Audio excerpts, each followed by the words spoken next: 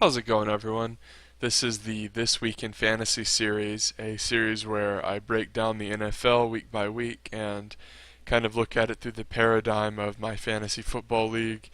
This allows us to look at the players specifically as well as my buddies and I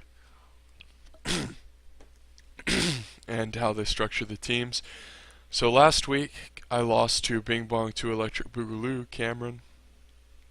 No Fried Rice had another big win. Pretty much No Fried Rice has been surging and looks very good. Clap 4 beat Weston, which was huge because after my loss, Weston could have tied for first. So big win for Clap 4, and Clap 4 is another team who's moving into the playoffs, or at least trying to. He's a threat for the wild card. Black Magic lost to Seagouch. Spencer loses to Ben. Now, this was supposed to be a marquee matchup, but Spencer really only put up 89 here. His receivers combined for around 12, and Ben's team is just solid as a rock, consistent. He has DeMarco Murray really just slaughtering everyone at the top, and Matt Ryan, who's been phenomenal this year. Delaney Walker is also a guy who gets a lot of touchdowns. And Disco Hobbits, who apparently had severe health issues, took down Rampy, who is now pretty much out of the playoffs. So I want to talk about the playoff picture. So there are 4 games left, and tiebreakers are decided by points for.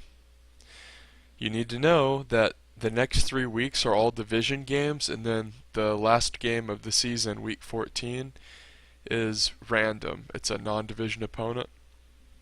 So what that means is the West Division, all of these teams, No Fried, Cameron, Ben, and Aaron, are all going to have very interesting close games coming up, because if we look at their division, Aaron's pretty much out of it, but his team's not a total joke, so it'll still be good competition. And then No Fried is one of the best teams in the league. In my opinion, is one of the favorites, probably him and Ben, I would say, to win the league. And Ben, of course, has only 1 loss on the season.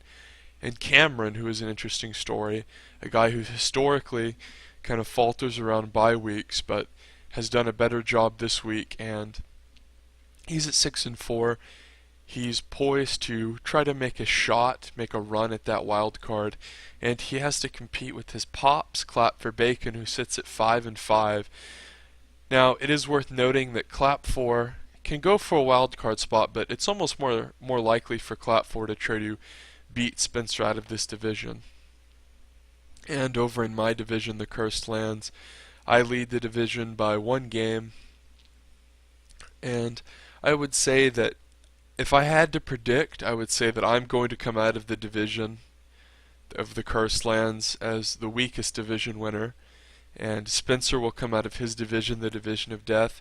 And then out of the West, which is definitely the strongest division this year, I would say the Fantasy Genius, Ben, the King of Funny, is going to win that one, and then No Fried Rice for you is going to come very strong.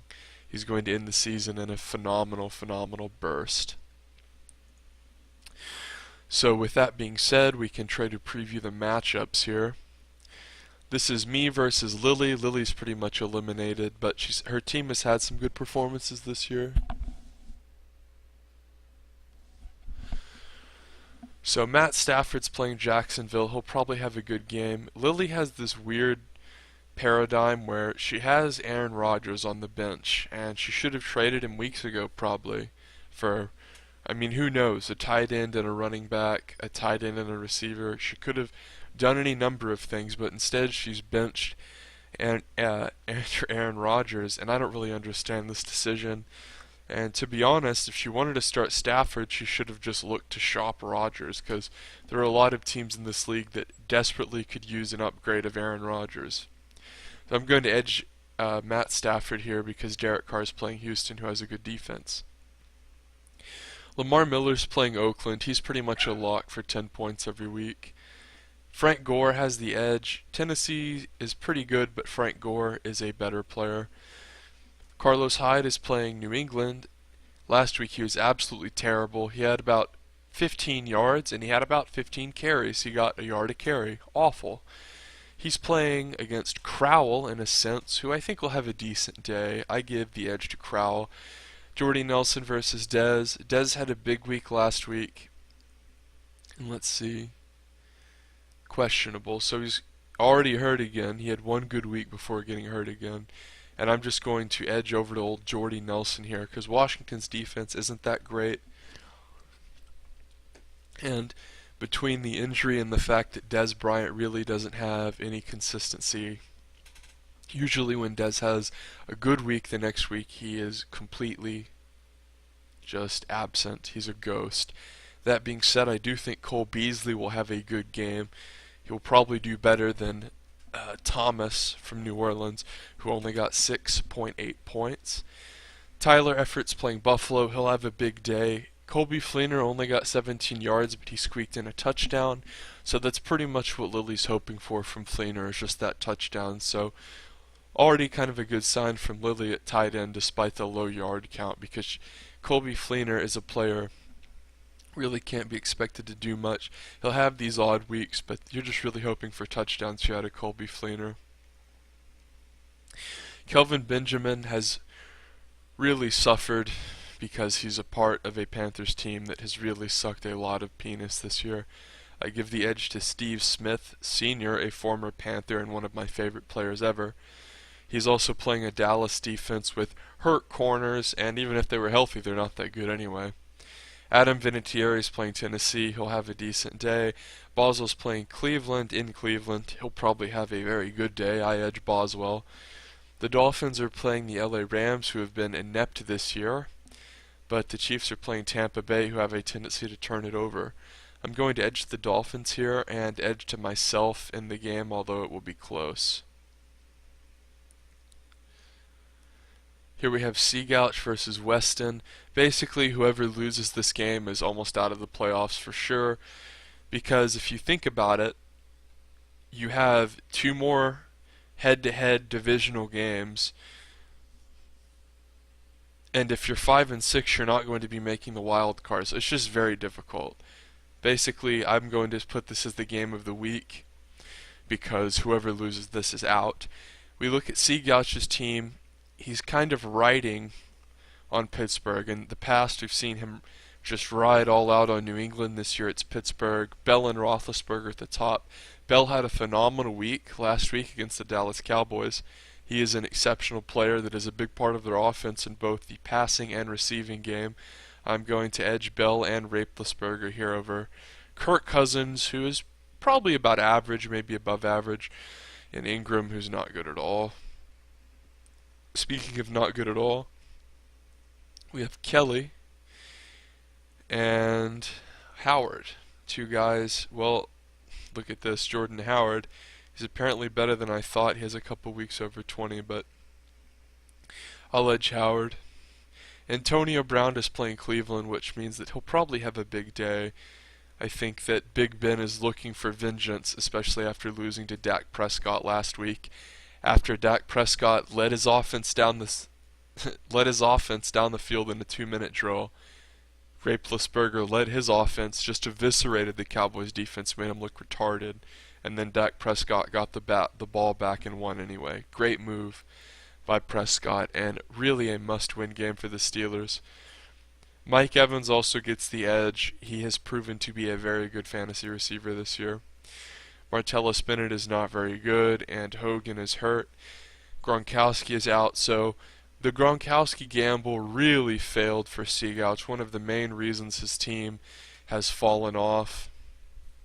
Thomas Rawls, really a guy who doesn't have a talented bone in his body. He was hyped up in Dick Road just to a ludicrous amount.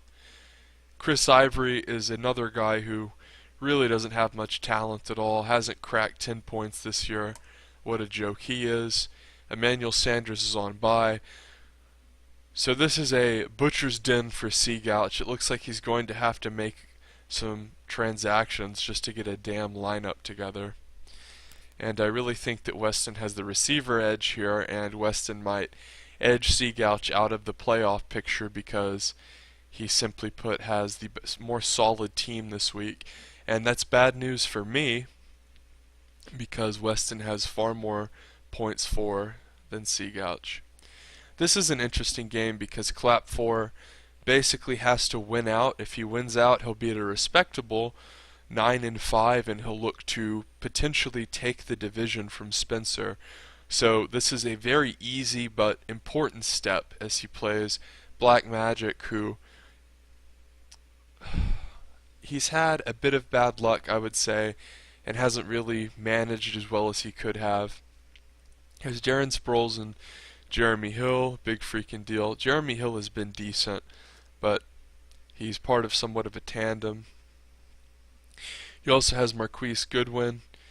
Once again, kind of an on-again, off-again type receiver. Basically, he's the neo Sammy Watkins, except a little more talented. Tyrod Taylor has been decent for him because of all of the rushing yards. Jameis Winston has been decent for Clap for Bacon. Remember, Clap for Bacon infamously drafted Cam Newton and then Tony Romo. Now he has Blunt and Murray, who just laughably get the edge over both of Black Magic's running backs.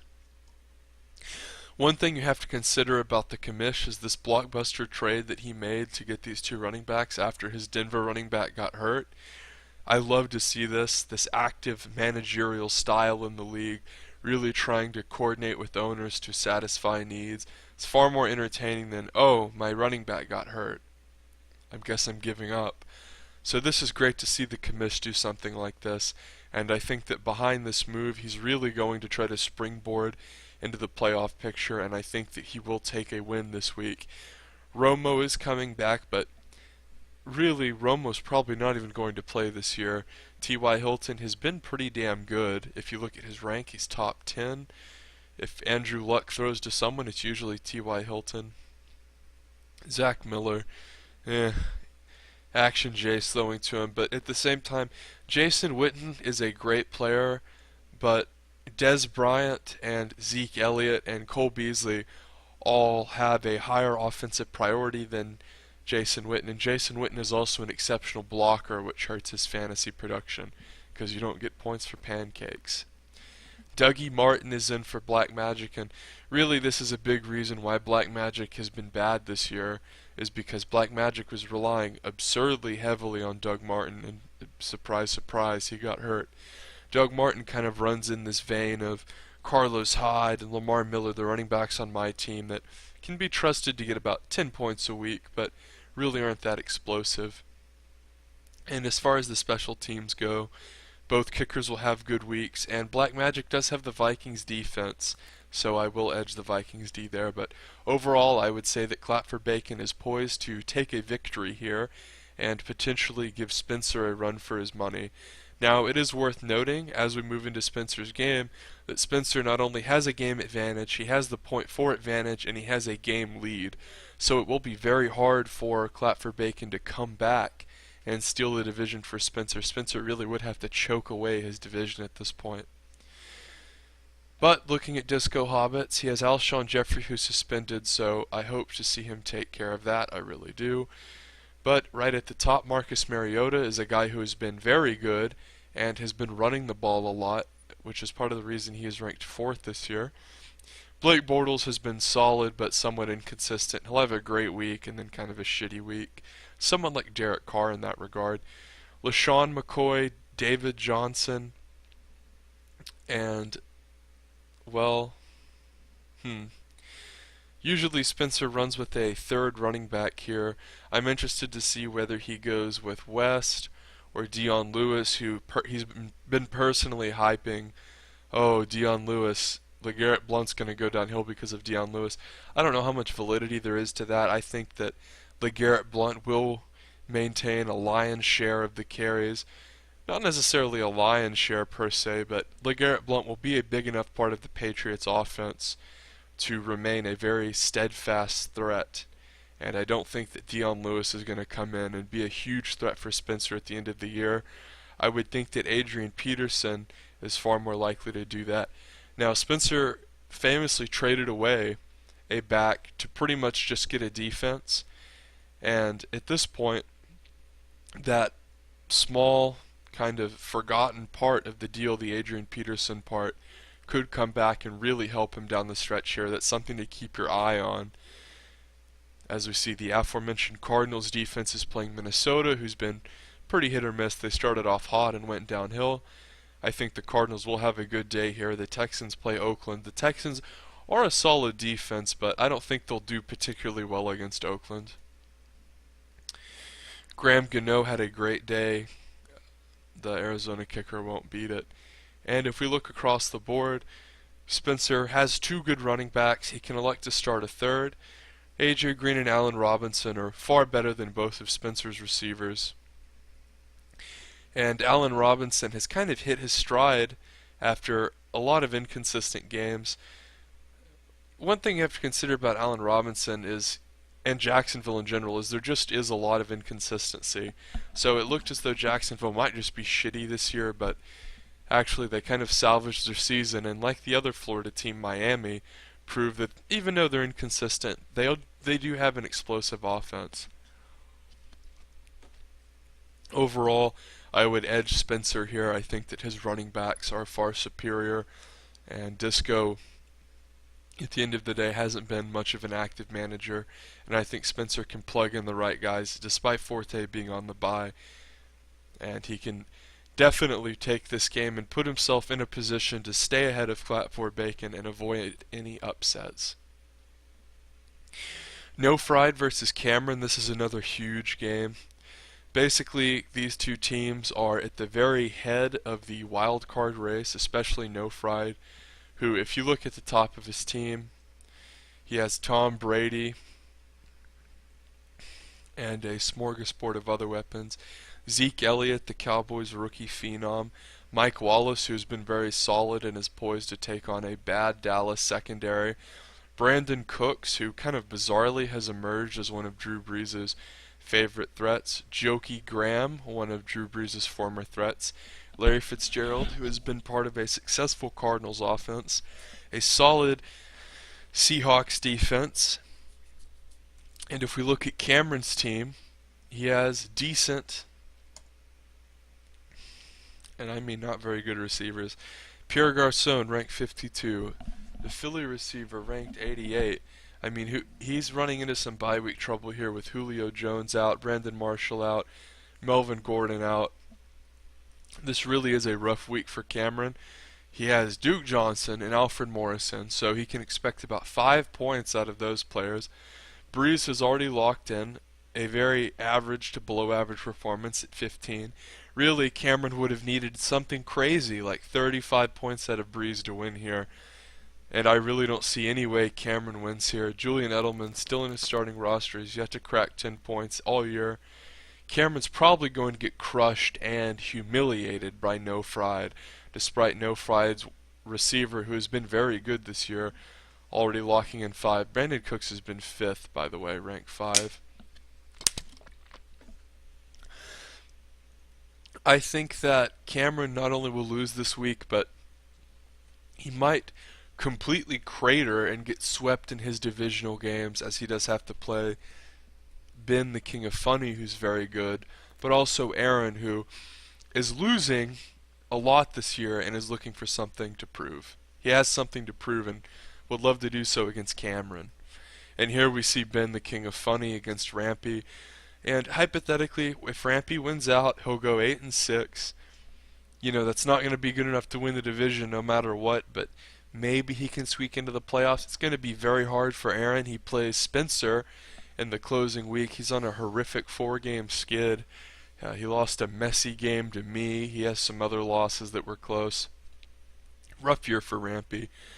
But if we go into the game, he already has Cam Newton, who underperformed. Big surprise. Herp derp. 12 points. Ben, notice Matt Ryan's on bye, who has been God tier. Matt Ryan ranked 2. Carson Palmer, he'll have a decent week. He is playing Minnesota, but he'll do okay. Really, Ben's team, DeMarco Murray, just God tier. Absolutely great with Tennessee this year. Ajayi, who's received a ton of hype. He's just been phenomenal in the last few weeks. And, of course, Ben has Amari Cooper, who's been a deep weapon for the Oakland Raiders and has been a big part of their success. Delaney Walker, who's one of the best tight ends in the league because of his touchdown receptions. And if we look at Ben's bench, Ryan Matthews is on there too, just in case. And I think with Amari Cooper really leading the way, along with Ben's running backs, who are averaging like 50 freaking points a week, which is just insane, I would really give Ben the edge. Because he has Aaron beat across the board. He has the superior Oakland receiver.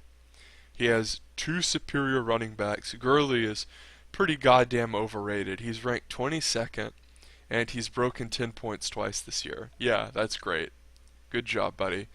Rampy does have Gostkowski and the Steelers defense, so maybe he can get 25 points from his special teams and try to catch a lucky break, but top-heavy teams are the ones that win championships most often. And it's hard to build a top-heavy team. What I mean by top-heavy is like these top four positions, wide receiver 1, running back 1 and 2, and quarterback are very good. The two most top-heavy teams this year are No Fried and Ben.